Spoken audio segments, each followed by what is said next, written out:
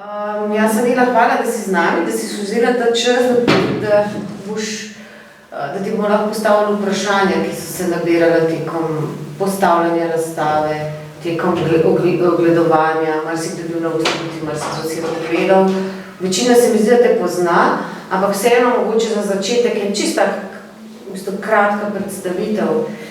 Poznamo te kot umetnico, ki je tudi mednarodno priznana, izredno aktivna umetnica, rečemo temu tudi intermedijska, ker se ukvarja z različnimi mediji.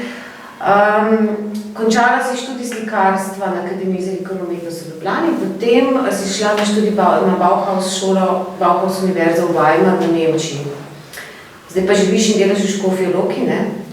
In se ukvarjaš z eno od bolj vznemirljivih tem. In sicer povezano z modernizacijo človeške družbe. S temo, ki je povezana z modernizacijo človeške družbe, ukvarjaš se z raziskovanjem odnosa med človekom in strojem in posvečaš z vprašanjem dela, delavca, kapitala.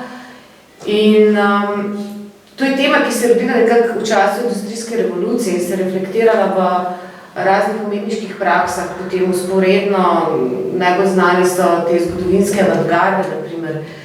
Ampak zanimivo je, da je tema še danes zelo aktualna in da te v bistvu zaposluje ves čas. Na začetku si začela s kinetičnimi objekti, napravami, danes je pred nami tvoj najnovejši projekt Delati zginotje, delati pa stavimo pri slovenskem, oziroma v angleščini The Labor of Making Labor Disappear. Ta projekt je nastal v sodelovanju z Axiomo, ki je glavni producent projekta. Kot koproducent sodeluje Loški muzej Škofja Loka in je nastal v okviru dobrega dela projekta Reka, Evropska prestolnica kultura, kjer boš prikazala končno ta projekt, ki je pač več leta, šele leta 2020, se pravi še kar nekaj časa do takrat. Če si do zdaj, jaz pogledam tvoje predstavitve in do zdaj se mi zdi, da si imela vedno neko tako vlogo kot zunanja opazovalka tega raziskovanja razmerja med človekom in strojem. V tem projektu se postaviš v neko aktivno vlogo in si postaviš zelo zanimivo vprašanje, kakšno bi bilo umetniško delo, če bi ga namesto tebe kot umetnice zasnoval stroj. To je bilo neko izhodiščno vprašanje projekta in rezultat vsega tvojega dolgoletnega ustvarjanja, ki te pripeljalo do tukaj.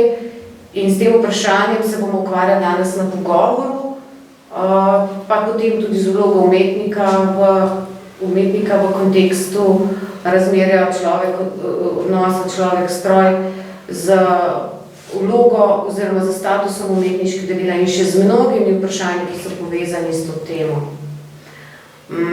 Pa peva na začetek, v bistvu, kako se ta tvoja pot, ki sem jo zelo na hitro risala, pravzaprav začela. Kako se je začela razvijati ta tvoja ideja dela. A je to, da te je zanimalo delo, položaj delavca, odnos človek-stroj, a je na to vplivala družbena situacija, v kateri si ti rasla, a mogoče izkušnja Bauhausa, izkušnja akademije, kako se je vse skupaj začelo? Živijo, pozdravljeni vsi. Jaz najprej začela, da imam tremo, in ta trema zdaj bo pogojevala dolžino mojih odgovorov. Bolj kam sploščeno daljši bojo verjetno postali. Danes sem razmišljala o tem odnosu človeka in stroja, pač v mojem delu in koliko sem prepletena s tem odnosom. Pa tudi mi, da sem se pogovarjala, da nekako je težko bi sebe odvojila nekak stran, mogla bi to zelo odrezano narediti. Se mi zdi iz večjih razlogov. Ta odnos med ljudmi in stroji je ena od konstant v mojem delu, ni pa moj pogled na ta razmerja konstanten, se je čez čas spreminjal. In mislim, da po študiju slikarstva na akademiji, ko sem pisala diplomo, sem v bistvu gledala na stroj skozi prizmo preporoda kinetične umetnosti v 50. in 60. letih prejšnjega stoletja. Zato, ker mi je bilo zelo blizu pisanje Matka Meštrovića takrat, še danes mi je, no. Pa se mi zdi mogoče, če omenim, kakšni so bili njegovi zapisi. Takrat se je v kinetični umetnosti v bistvu čutil ta proglas moderne industrijske družbe. In strojna tehnologija je bila kot ta osni princip, tovarna je bila kot osna struktura družbe. In umetnosti se je znotraj naprimer novih tendenc stremelo k temu, da se opusti mistifikacija pojma umetnosti, da se demistificira delovni proces, da lahko umetnik brez problema sprejema neko mesto soudeleženca v delovni skupini, da se nekako pustijo te konvencionalni predsodki, kaj umetnost je, da se ne izolira človek v sloju artističnega stanu, ampak da stopi izven tega, da nekako se proba umetnost ukoreniniti v aktualni stvarnosti časa. Takrat, jaz mislim, tudi seveda sledim temu tudi danes. In kar mi je bilo zanimivo, ko je Meštrović pisal, je o tem, da je potreben uvid v to, kako tehnologija in znanost delujeta. Pač nanašal se je tudi na izročilo Bauhausa in da brez tega uvida vse, kar znanost in tehnologija dosežeta, ni zares vredno, dokler ni neka svojina, splošna svojina družbe. In če tega uvida ni, če tega spoznavanja ni in ni nekih idejnih prečiščevanj, potem je neka mera svobodne človekove participacije v družbi še zmeraj minimalna in da se s tem ohranja ta nedopustna razlika med tem, kaj človek je in kaj bi lahko bil. In ta pogled, naprimer, na umetnost kot en nujen del, fragment človeške moralne zavesti je bil meni zelo blizu, me je zelo nagovoril. In tako da takrat, ko sem se začela ukvarjati s stroji, sem delala skozi to prizmo. In moj jezik je bil jasno poln metafor takrat, simboličen, ampak vsebinsko sem govorila že o vpetosti posameznika v ideološki mehanizem.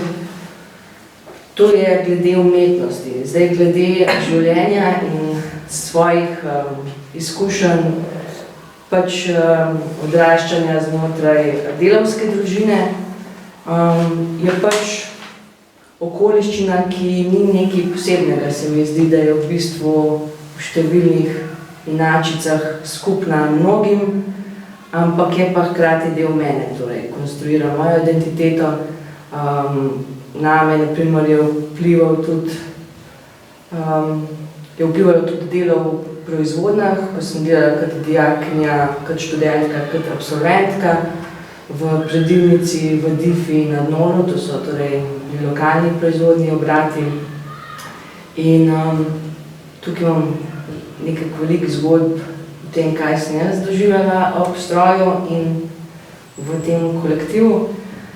Potem se mi zdi pa po študiju Bauhausa se je pa zgodil nekak ta obrat, da to raziskavo razmerja tehnologije pa družbenega človeka in stroja probam bolj konkretizirati na ta način, da zbrišem to ločnico med umetnostjo in življenjem, ker sem se odločila pač tako, da opustim metafore in to razmerje in to raziskavo umestim bolj neposredno v kontekst kritike kapitalističnih produkcijskih odnosov. Tak. To vse me je pripeljalo do te točke.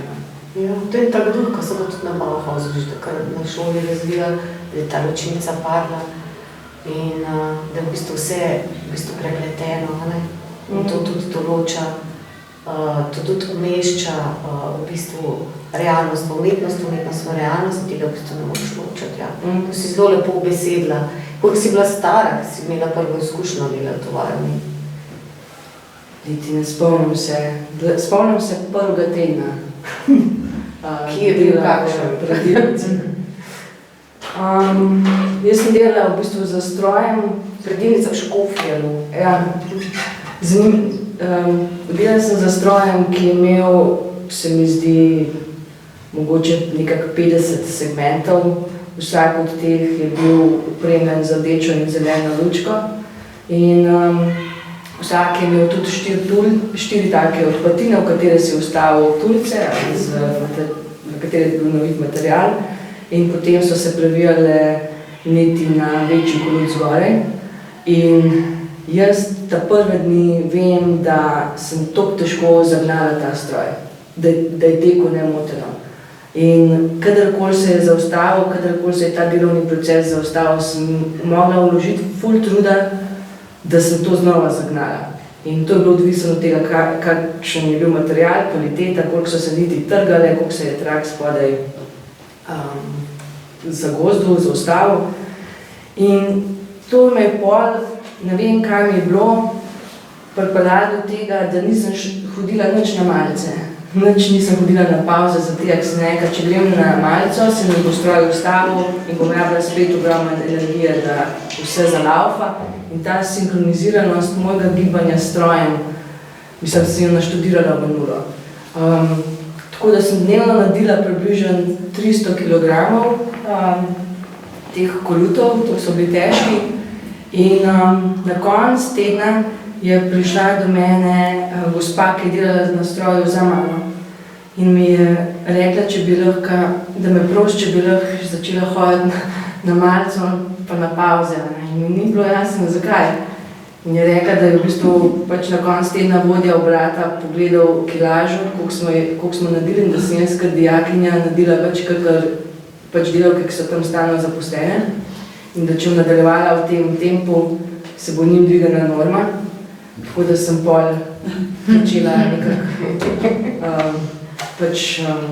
hoditi na malico pa vzeti tiste 15-minutne pauze, da sem sedela na klopi v garderobi.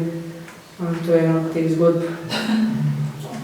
Kaj si pa potem spremljala, ko si začela kot umetnica hoditi nazaj v te proizvodne obrate in ko si začela te svoje projekte delati?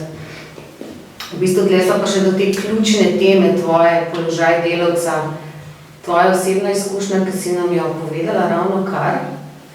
Kaj pa potem, ko si naredila kasneje kot že umetnica, ki se je že profilirala na nek način, si naredila projekte Tovarna leta 2013, pa potem Tempo 2014, pa Rokovanje 2016, ko si raziskovala te produkcijske procese najprej v proizvodnih obratih, tako in situ tam, kjer se to dogaja, tam, kjer si ti v bistvu začela svojo kariero na nek način, pa potem, ko si šla in si raziskovala tudi ozadja, kaj se dogaja v pisarnah, menedžerjev, v ozadjih, kjer se sklepajo posli in tako naprej. Kaj te je presenetilo in vznemirilo, ko danes gledaš nazaj, recimo, če primerjaš tvojo izkušnjo, pa izkušnje, ki si jih potem slišala od ljudi, s katerimi si delala projekt.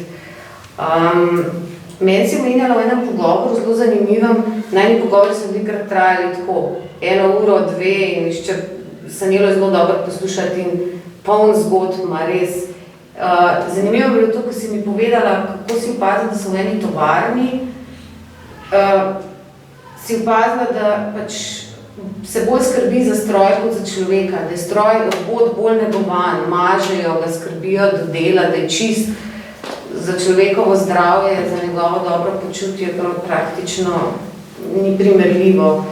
Kako danes gledaš, a se je kaj spremenilo stanje v proizvodnih obratih od takrat zdaj? Kako gledaš ti situacijo danes? Mislim, ja, mene je veliko stvari presenetilo. Ne vem, po parih letih vstopati nazaj, recimo v te lokalne proizvodne obrate, kjer sem snemala videe, me je presenetila pač mislim, koliko je tehnologija napredovala, mislim, nekaj časa rabaš, da v bistvu pustiš, da te ta usklajenost teh delovnih procesov prevzame, ker si fasciniran. Potem, ko to mine, vidiš, začneš iskati, kje je človek. In potem ga najdeš tam na koncu proizvodne linije, ki zlaga kose v palete. In ta zgodba, recimo, ki si jo omenila, je, ko sem govorila v enem obratu kovinske industrije z človekom, ki programira robote, v gibanju robotov in da najučinkovitejše gibanje izvaja robot. Mi je govoril, kako je v bistvu začuden nad tem, da robot lahko dela v taki vročini in pod takimi pogoji. In sem ga jaz takrat vprašala, kaj pa človek, ki je v robotu.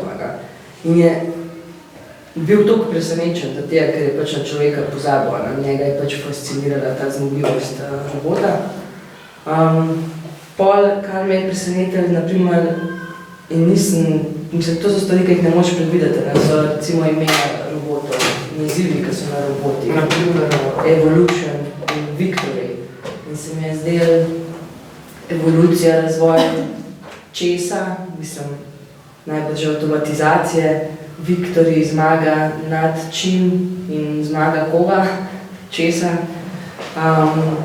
Presenetili so me tako stvari, ki se te dotaknejo glih zaradi izkušenj. Naprimer, za ta prvi video sem govorila z gospo, ki je delala v v proizvodnji za obdelavo plastike in mi je na koncu povedala,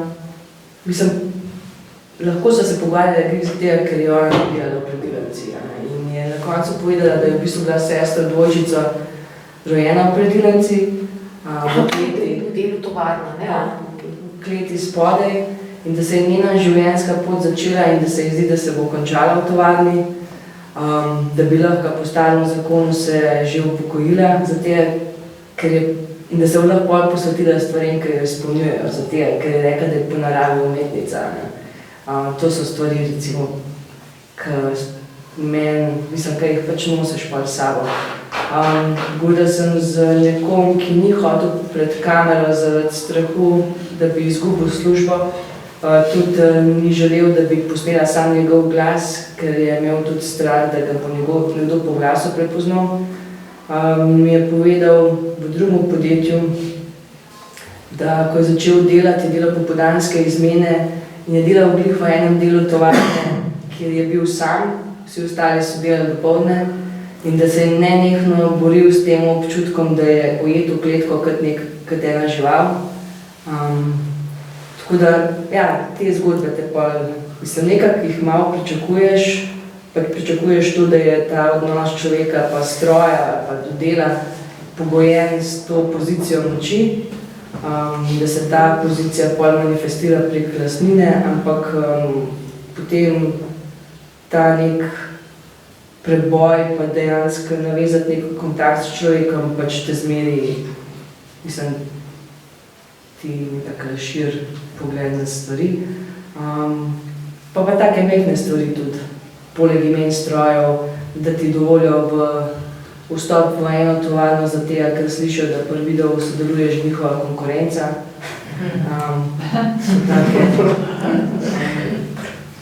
So take.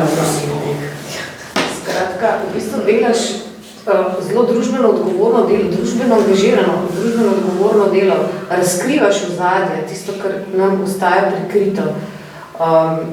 Ker tako, a ti misliš, da je danes kaj drugače, kar je bilo, 100 let nazaj, ali pa recimo, ko je nastal film Metropolis, ali pa Mehanični človek od Charlieja Chaplina, ko se je na veliko, ko je bilo na eni strani navdušenje nad napredkom, po drugi strani se je pa razkrivalo v bistvu zadnje slab položaj delavca. Pa če ga primerjaš danes, ravno kar sem poslušala po radiju, da se na Valu 202 dela, zdaj se dela podcast Delavske domine, kjer so začeli prvo raziskovati, tako raziskovano novinarstvo, je začelo okrog hoditi, spraševati delavce, v kakšnih pogojih delajo, tudi pač te, ki so priseljeni, migranti, ki tukaj delajo v nemogočih pogojih.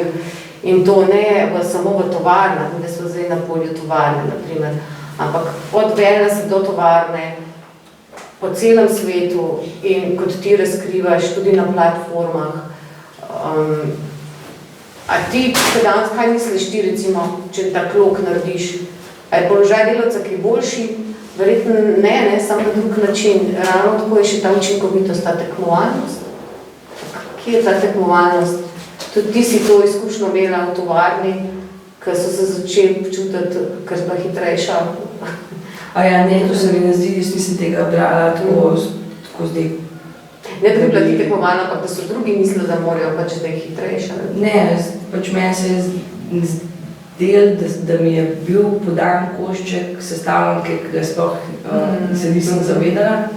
Recimo, da je pač, jaz sem delala iz svojih motivov, da se pač stroj ne ustavi. Ne za tega, da ne ustavim delovnega procesa, da bo nekdo iz tega dobil večji profit, ampak za tega, ker je bilo meni lažje, da delam pač neprekinjeno. Vse se mi zdelo manj truda, ampak ne pa kako moje delo in moje mesto vpliva na ljudi okrog in kaj se je po z njim zgodilo, in to je meni bilo dobrodošlo, da se pač razširi moja pozicija, da nisem sama tam. Ampak, naprimer, ena stvar, če vežem še naprej, je ta proces avtomatizacije, pa ta domnevna protislovja. Pri raziskavi tega vprašanja se mi zdi, kar mene preseneti včasih je tudi odziv publike, ali pa odziv nekoga, ki začne o teh stvarih razmišljati za tega, ker zelo hitro gre v nek doomsday scenarij, neke apokaliptične scenarije, kjer bo stroj prevladal nad človekom.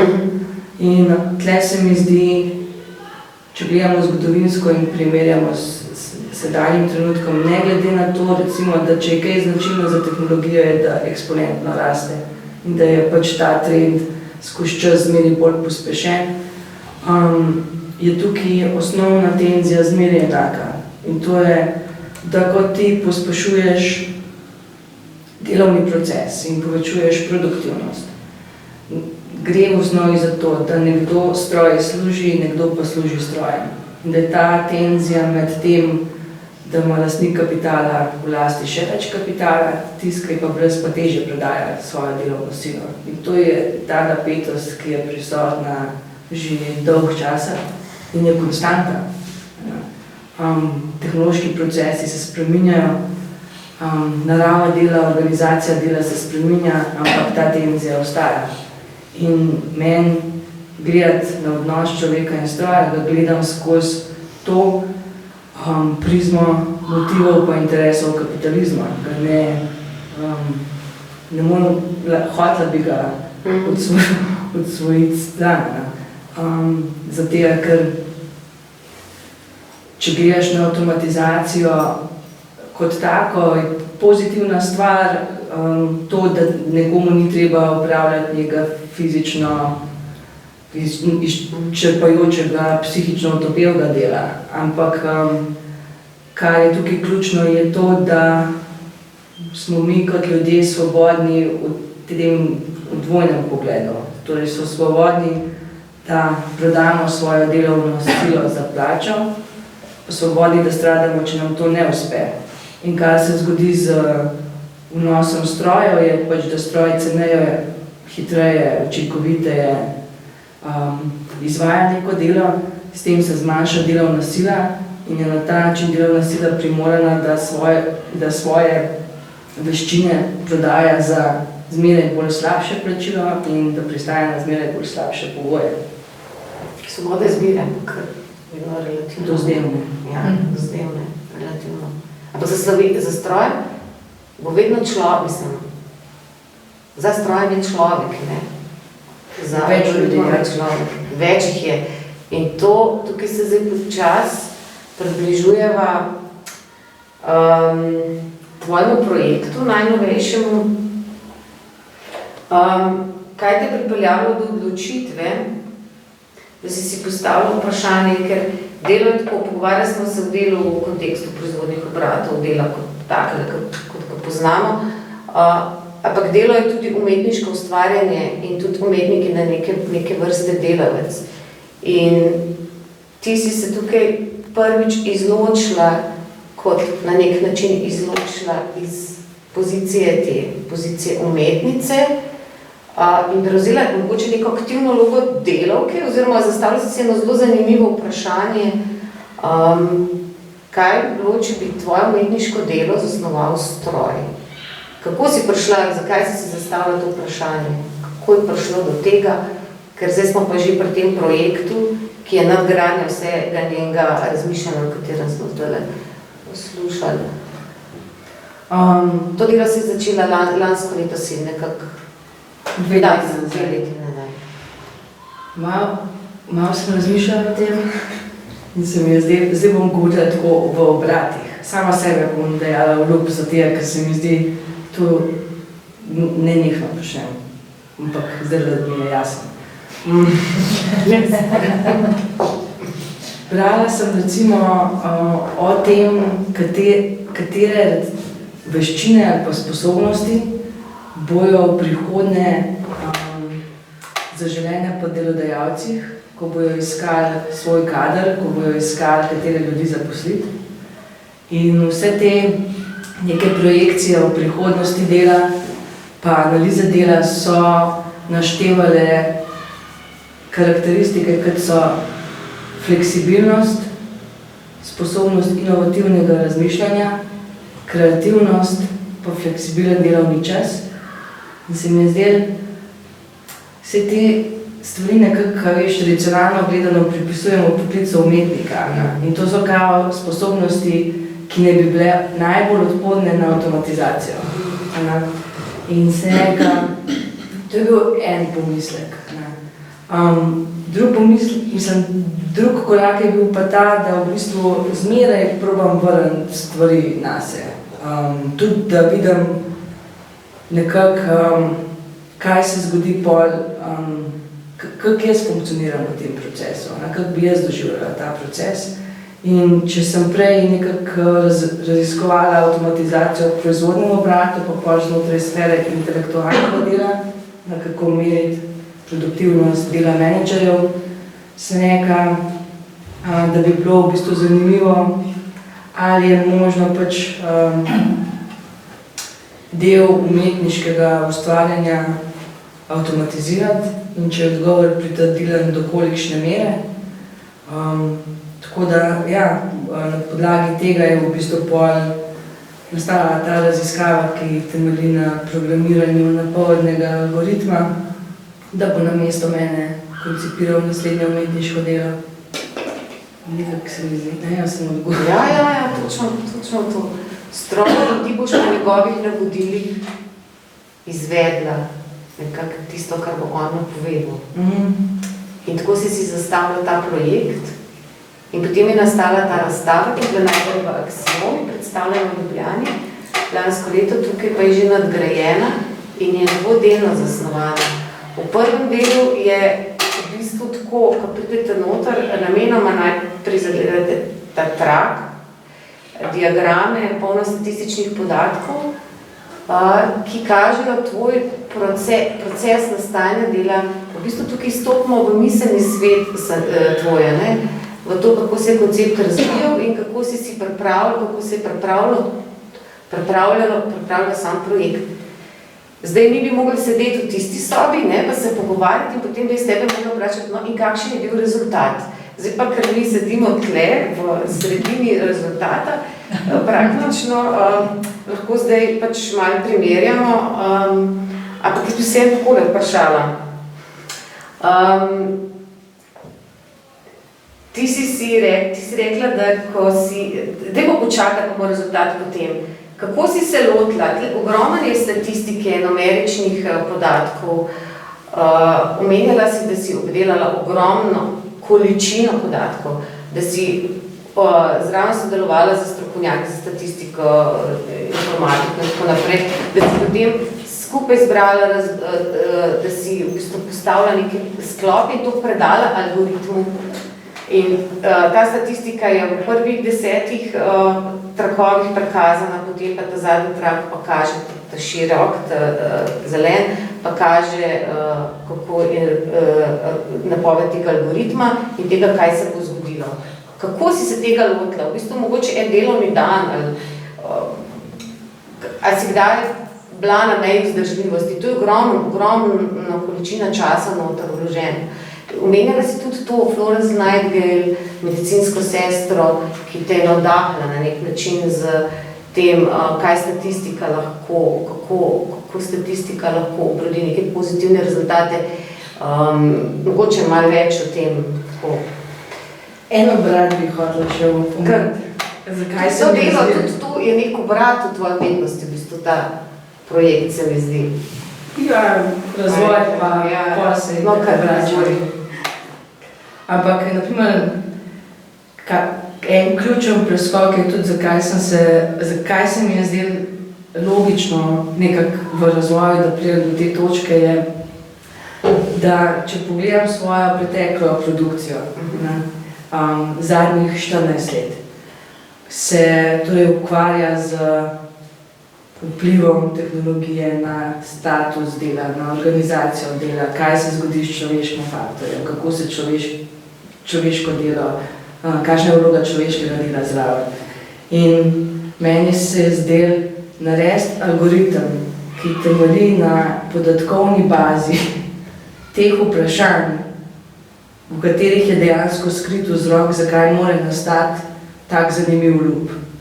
Da v bistvu naredim stroj, ki je ustvarjen zato, da interpretira posameznikovo razmerje do tehnologije in kako ta vpliva na naravo dela, se mi je zdela taka zanimiva zanka, ki jo bom jaz videla, ker sem to zanko tudi dojela, strojev itak vsem za to. Tako da to je bil ta drugo brat, zakaj sem se tega lotila. In tako da mi smo naredila sem v sodelovanju z Iztokom Lebarjem Bajcem in Juretom Demšarjem z Fakultete za računalništvo in informatiko, smo naredili torej napovedni algoritem. Napovedni algoritem temelji na podatkovni bazi, ki zajema parametre iz tekstov, ki so bili napisani v mojih delih, tehnične izvedbe mojih del, iz recenzij, iz člankov, iz zapisov, kustusov, kritikov, torej vsega, kar je bilo kdaj zapisanega v mojem delu. In na podlagi tega prepozna trende in smernice, kaj je zame skozi čas postajalo vse bolj pomembno, kaj je v delu izginjalo in poda napoved za naslednje umetniško delo. Moja vloga je, da potem to napoved interpretiram in delo realiziram. In čisto konkretno, ker sem hotela, da je ta proces čim bolj transparenten, sem se odločila, da v bistvu v galeriji vsem postavim trak, kjer je prikazana vizualizacija podatkovne baze, ki je ogrodje za algoritem, in pa potem tudi napoved algoritma, tako da ta del procesa ni nekako skrit, tako kot ponavadi. Tako da je nastal ta trak 9 metrov parametrov in zdaj, ko govorim o parametru, mi je jasen, da mogoče kdo ne ve, kaj parameter točen je. In to je tako zelo enostavno, je koncept, je geslo, to je vsebinski in tehnični termin, ki je vrednoten.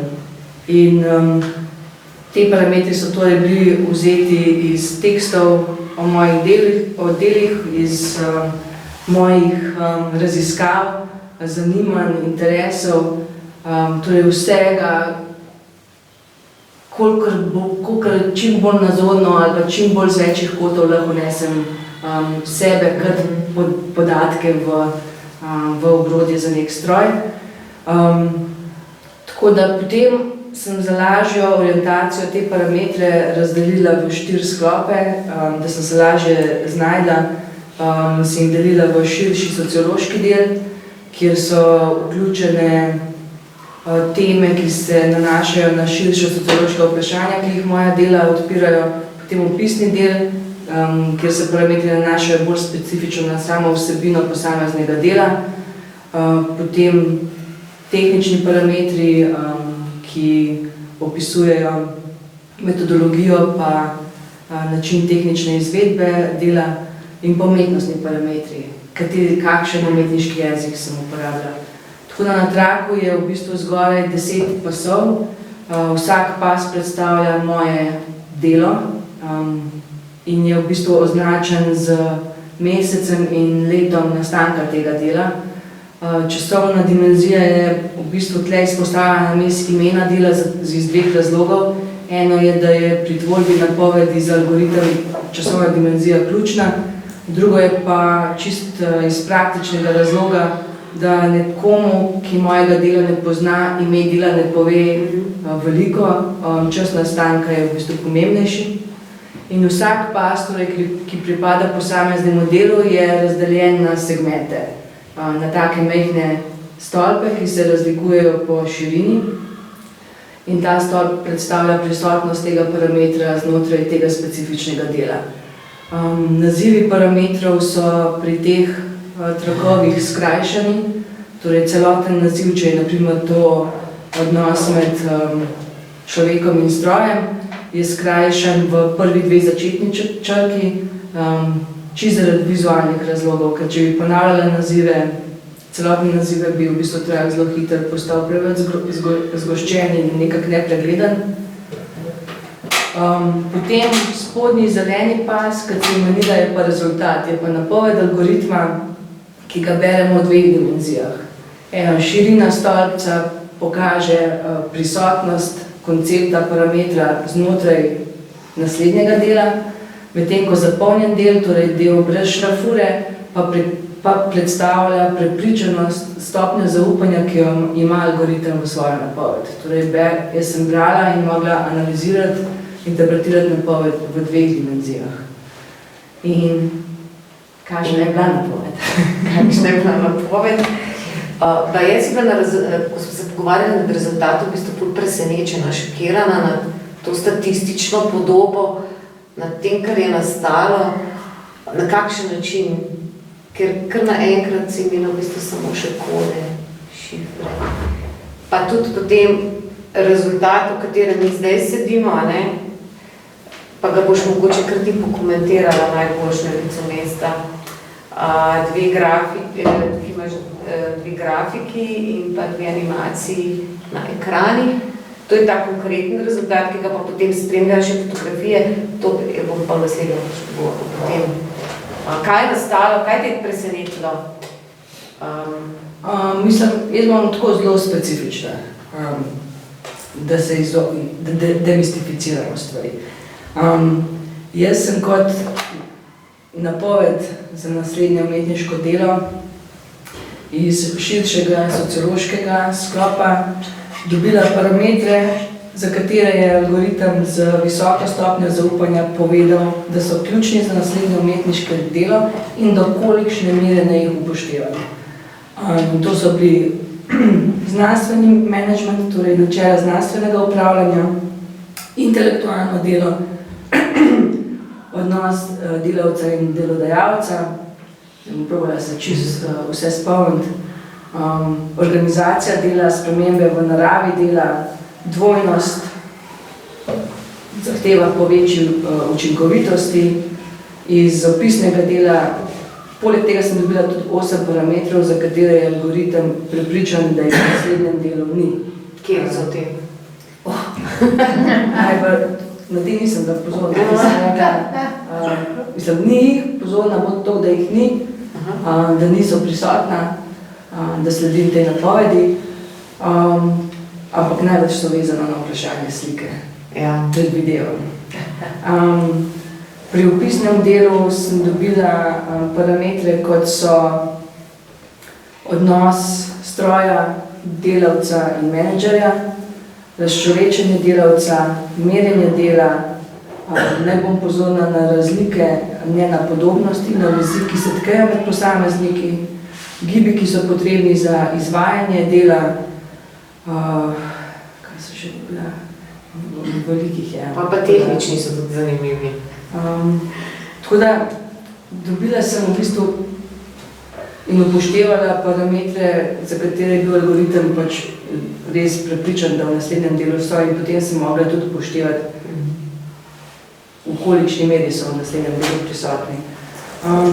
Pri tehničnem delu sem dobila parametre, kot so, da uporabim material les in steklo, da gre za replikacijo, za majhne premike, da je način postavitve v galerijskem prostoru pritrditev na steno, da postavim stvari v okvir, da ne uporabim jezik brez metafor, ter da dokumentaren in, to je že za umetniški jezik, število in vrsta bijakov, število monitorjev, kaj še, da vidim, mogoče se mi se spomnim. Pri umetnostnih parametrih pa, da ne bo prisoten faktor osebnega, da ne gre za dokumentaren in analitičen pristop, da, moram se zdaj to izratirati, ker se so kot bistveni. Ja, in v bistvu dobiš parametre, ki jih moraš interpretirati vse in jih kot neke building blocks probaš interpretirati na način, da dobiš umetniško delo kot celoto. In tukaj je v bistvu bilo moje polje interpretacije še zmeraj dokaj široko zaenkrat. Pri uporabi algoritma kot orodja. Tako da vseeno se mi zdi na tej točki gre za sodelovanje med mano in med strojem. Me pa zanima, kaj se bo s to odprtostjo polja moje interpretacije zgodilo naprej.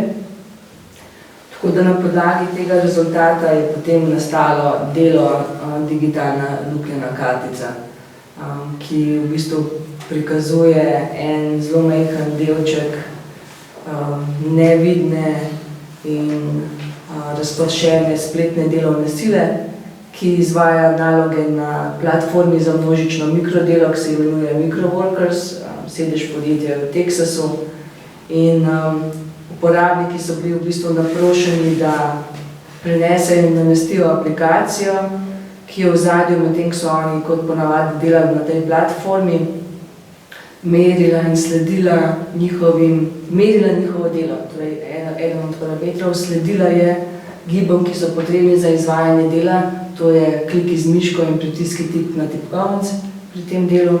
In vsak, ko to gesto opremila s časovnim žigom, tako sem dobila res ogromno maso podatkov.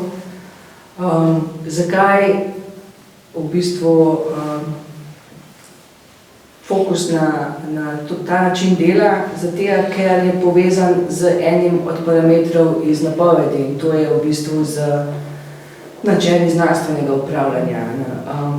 To recimo drobljenje dela na koščke, ki so potem prek spleta oddani v izvajanje ljudem, pa razgradnja na mikroplačila, je v bistvu ustvarilo enega najbolj nereguliranih trgov dela, hkrati pa povezano z temi načeli znanstvenega upravljanja zelo enostavno. Taylor je v bistvu 1911. leta pisal o tem, da je mogoče najvidnejši element znanstvenega upravljanja ideja naloge. Na spletni strani za platformo Microworkers je objavljen ta poziv, da oddajte svoja mikrodela v množično izvajanje več kot 1.600.000 delavcem po celem svetu, ki so doslej opravili več kot 37.800.000 nalog. Tako da je tu ta povezava.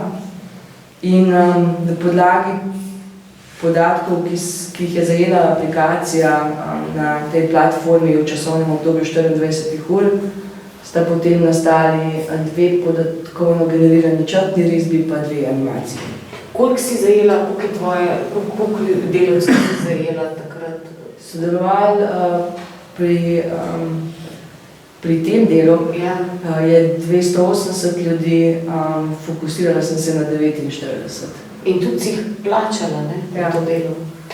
Torej si se dejansko postavila vlogo enega naročnika. Ja. In tukaj to delo je še precej abstraktno, se še ne zavedamo, ko gledamo, slutimo te sledi, so sledi njihovega dela, slutimo v ozadju, da obstaja človek in njegova gesta, dejansko zrisana risba, ogromen dela noter vloženega, v bistvu tudi tisti tvoj trak. Jaz vidim tako kot eno simboličen tekoči trak, za kateri si ti ure in ure, mesece in mesece delala, da si ustvarila to, kar je tukaj pred nami, kar se dela tako enostavno. V Axiomi je bil ta del predstavljen. Zdaj pa v galeriji, v Škofji Loki, se je pa nadgradil tvoj projekt dejansko, se je konkretiziral. Dobimo neke oprijemljive podobe dejansko ljudi, ki delajo zadaj, serija fotografij, njihovih delovnih okolij. Zdaj pa še malo o tem, prosim. Tukaj si ponovno šla. To velik zapovedati. Da sploh ne začne. Ker je tako lepo, so te legende, so zraven, koliko kdo zaslužil, kakšnih razna ikonografija se ti odpre, prav podzemlje se razpre, razkriješ, kaj je zadaj. Mislim,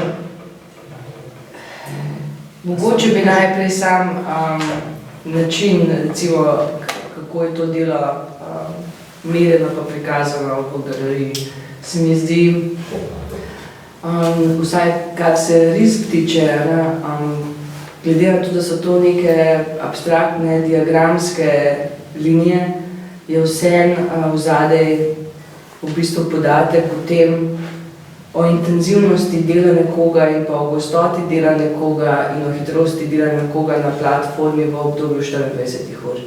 In na risbah je izpostavljenih par ljudi z njihovim uporabniškim imenom, ki so si ga sami izbrali, z ID številko, z starostjo, spolom in z njihovo geografsko lokacijo.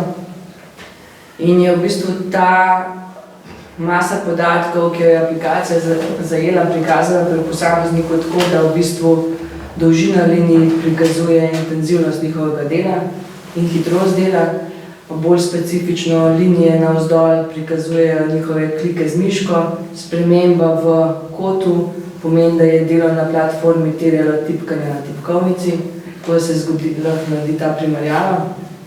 Medtem ko v drugem planu so pa geografske lokacije, torej ljudi, ki so se odločili sodelovati pri merjenju njihovega dela. Pri animaciji, pri dveh animacijah je pa v bistvu na prvi ta vizualni element lokacij ponovljen. Točka predstavlja, kdaj je nekdo na platformi, torej v katerem delu dneva je začel z delom, torej kdaj je znotraj delovnega procesa. Spremembe velikosti točk pa prikazujejo pač intenzivnost njihovega dela. Na drugi animaciji je pa v bistvu prikaz vzpostavljenih povezav med ljudmi, ko so delali na platformi. In tle je bila vizualna referenca risba 118 umetnika Sol Levita, ki ima navodilo postavi 50 naključno razporejenih točk in jih poveži z linijami. No, jaz sem se referirala na to, ampak na tej animaciji vsaka točka predstavlja človeka, ki dela na platformi. Linije med točkami pa predstavljajo, kdaj se je zgodil, v katerem delu dneva se je zgodil trenutek sinhronizacije, kar pomeni, da sta dva človeka, ki sta delala na platformi, v istem trenutku izvedla isto delovno gesto. Na dveh lokacijah, ki sta oddaljeni druga od druge, med dvema človekama, ki ne vesta drug za drugega. Tako da, samo to sem hotela še pojasniti. In to je zdaj, niso ista okolja, delovni prostori istih oseb, ki si jih tam merila, so drugi, nekateri so pa isti. Ja. Ampak to je to.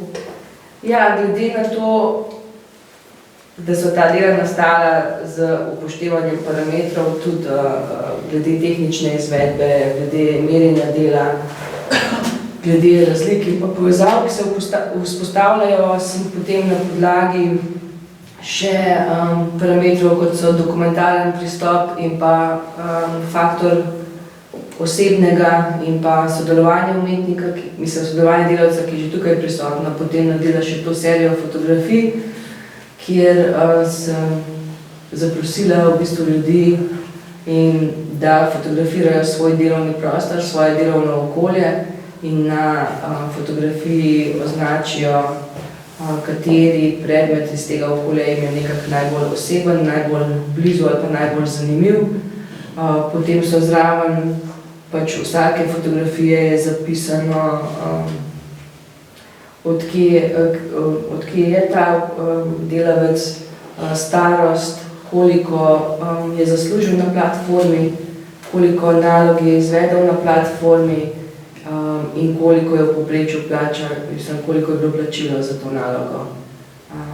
To so vsi pač zbrali podatki zraven. Ampak se mi je zdelo, ker oni so dobili uvid v moj delovni prostor, jaz sem dala nekako svojo fotografijo svojega delovnega prostora in sem pričakovala, da na fotografijah ne bo ljudi, ker pač na moje tudi ni bilo mene. In pač, ko sem nekako sprejemala pa zbirala te fotografije, me vsakič presenetil, ker se je pojavil obraz Boga.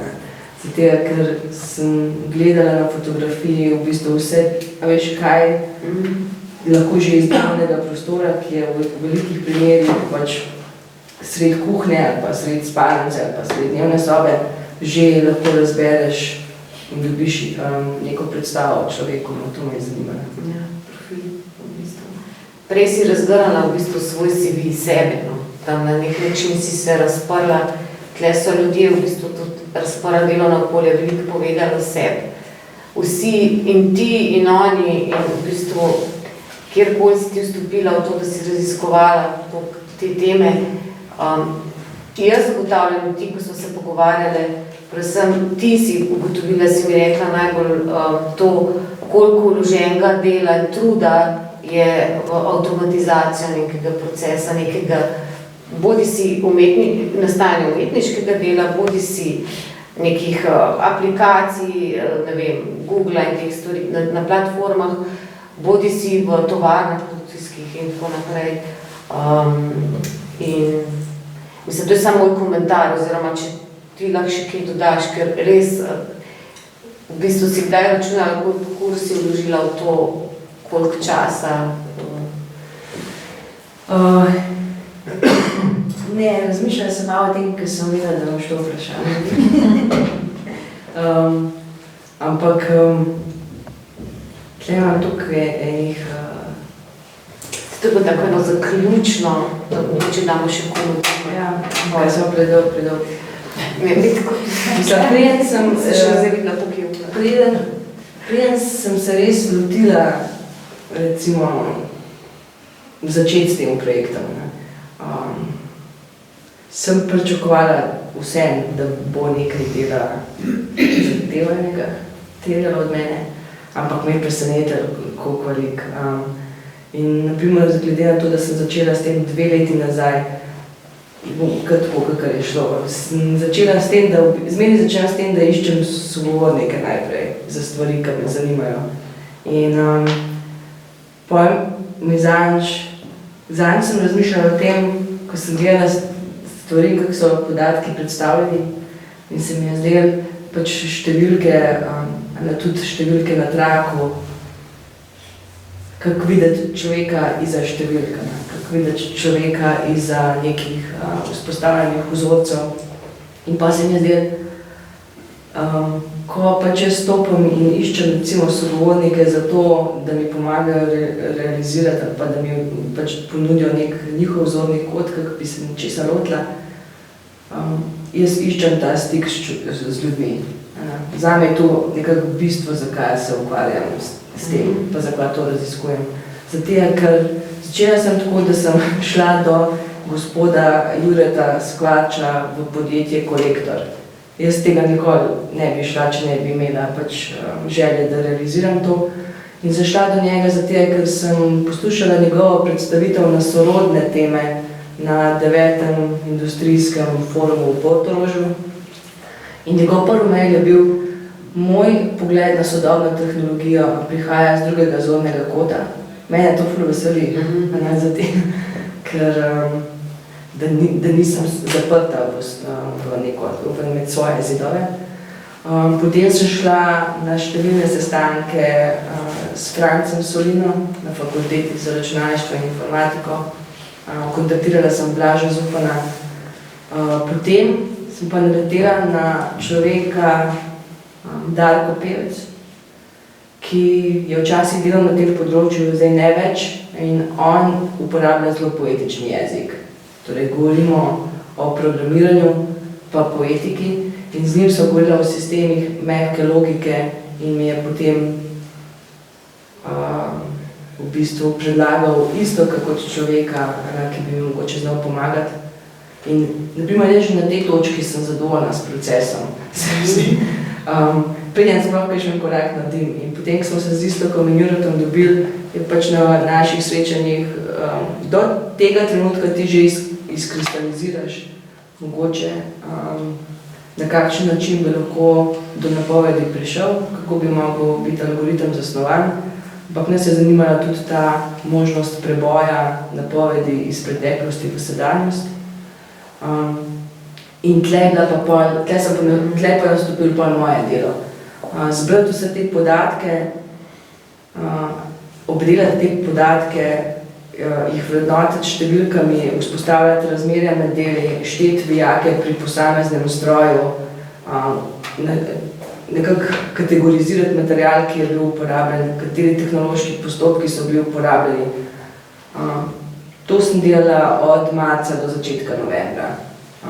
Da smo dobili ta sklop parametrov, ki jih je malo manj kot 500, torej dobrih 200 vezanih na vsebinski del, pa malo več še za tehnični del. In tukaj se spomnim, zdaj za nazaj, ene točke v pogovoru z Darkotom, ki je rekel, ko boš ti delala in pripravljala podatkovno bazo za algoritem, se bo že začenjal vpliv tega stroja nate. In ta vpliv se je pokazal tako, da jaz sem delala tip dela, ki ga v veliki meri delajo ljudje, ki delajo na teh platformah. In to je kategorizacija podatkov, vnos in priprava podatkov. Zato je nekako meni zelo jasen, da brez tega procesa do tega dela nikakor ne pa šlo, pa še zraven napoved, ki ti to potrdi. Poleg tega, da nekako zdaj malo bluzim, tega sem se bolj sprostila, se mi je zdelo tle ključno, naprimer, če razmislimo o tem, kaj ta ideja naloge pomeni. Mi govorimo v bistvu o delu, ki je nekako razdrobljen v fragmente. Ti fragmenti so pol dani v izvajanje ljudem in ti ljudje ga izvajajo 24 ur na dan, 7 dni v tednu. Zato, ker delajo v različnih časovnih pasovih, sami pač določajo, kdaj se logirajo na platformo in je v bistvu nekako ta binaren pogled na zaposlitev tukaj ne zdrži več. Mi tukaj ne govorimo o delodajalcu in delojemalcu več, ampak govorimo o prekarnem delavskem razredu, ki nima več zaščite tradicionalne zaposlitve. Zato, ker ljudje tukaj niso zaposleni, ampak v bistvu delajo na podlagi potrjenih, sklenjenih terms of use in user agreements, tako da tukaj ni nekih fiksnih pravil plačila, dolžine delavnika ali pa zagotovljajo neke stabilnosti in to so stvari, ki jih lahko vežeš tudi na to, kakšen je položaj umetnika danes. Tako da še tle je ena točka. Tle smo pa na tej zaključni točki na neki način. Ti se sprašuješ, verjetno že zdaj nastaja stvari na podlagi sedanjosti, ko je algoritem računal naprej, kako se bo tvoje delo naprej razvijalo, kaj so tvoje temeljne vprašanja zdaj, ko boš naprej delala. Eno je to, kakšno bo odtujitev tebe kot umetnice in pa potem še nekaj par zanimivih vprašanj, ki so ti ključna tebe, ki te zanimajo. Potem pa... Ja, sem bolj pridobila. Ne. Mislim, meni se zdi da v bistvu sem se postavila v tak zanimiv položaj.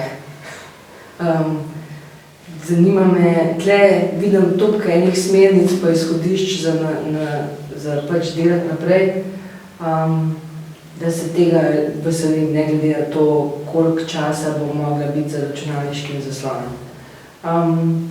Naš fokus trenutno je, na tej fazi, naprimer, je algoritem take regresivne narave. V bistvu je bolj fokusiran v preteklost in je preskok v sedanjost ampak ni pa nekaj radikalnega.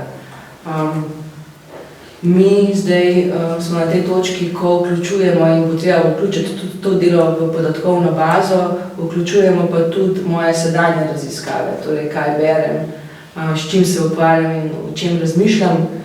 In to bo v bistvu potem potrebno postaviti v razmerje tudi do preteklosti. Ukvarjamo se z vprašanji tudi lingvistike, torej nekateri parametri se med seboj povezujejo in se tvorijo grozdi, tako da delamo tudi na tem. Ampak mene naprimer zanima, torej, kot sem rekla, kaj se bo zgodilo s tem, koliko jaz lahko še vstopam v to polje interpretacije. Ker če se to polje zoža, potem lahko pride do izkušnje odtujenega dela. Nekaj, kar na začetku nisem razmišljala in se mi zdi, da bi bilo tako skrajno ironično, da imam to izkušnjo glede na to, da v bistvu stroj temelji na podatkovni bazi, ki črpa iz mojega dela in iz mojih interesov. Potem me zanima, ali me lahko napoved preseneti. In ta presenečenje se mi zdi lahko zelo hitro videno ali pa napačno razumljeno kot ustvarjalnost stroja. Lahko je pa to presenečenje nekaj, s čimer se jaz ne strinjam. In to mi bi bilo pa tudi zanimivo, glede na to, da pač ti tehnološki sistemi nikako niso nevtralni, ampak v bistvu vedno reproducirajo vrednote ljudi, ki jih programirajo, torej kaj bi to povedali o meni. Zanimivo se mi zdi tudi, če bi jaz in stroj koncipirala dela vzporedno za neko razstavo, a bi vi kot občinstvo lahko vedeli, katero delo je zasnoval stroj. Tako je ogromno razmislekov in se mi zdi pač v tem neka dodana vrednost projekta. A smo mi tudi zdaj že, tudi ta pogovor, recimo danes, lahko vpliva na ta situacija, vprašanja vaša, mogoče zdaj, če ima kakšno vprašanje. Mislim, če bo podano. Ja. Vse bo ozmerjeno, vse bo vrednoteno. Tako da se mi vedno dolgo pogovarjamo, pa čak se upravičujem več, kaj pozabim na čas, ampak vseeno se mi zdi, da ste zelo zanimali in poslušali, tako da mi da imava še energijo, oziroma se ne če imaš čist za kakšen odgovor na kakšno vprašanje. Ja. Pa jaz neformalno druženje na zraku zunaj. To bo malo ful zapodobno. Mislim, Zelo lepo mesto. Zaradi družin, zaradi pod ljubnikom. Sem dela zelo, zelo hvala. Hvala tebi.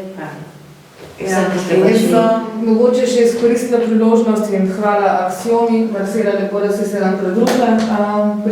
Skratka, hvala, da smo v bistvu umestili v resnici en delček večjega projekta. Naslednje leta vas vsi skupaj vabimo na Reko, kjer se bo v Evropskem letu kulture bomo tudi videli, kam bo Sanela prišla, kjer bo se zaključila ta razstava. Tako da ja, vabim še naprej, zdaj malo na neformalno druženje, drugo leto pa se vidimo na Reki v Muzeju sodobne in moderne umetnosti, kjer bo tudi loška scena. Zaradi Sanele. Hvala.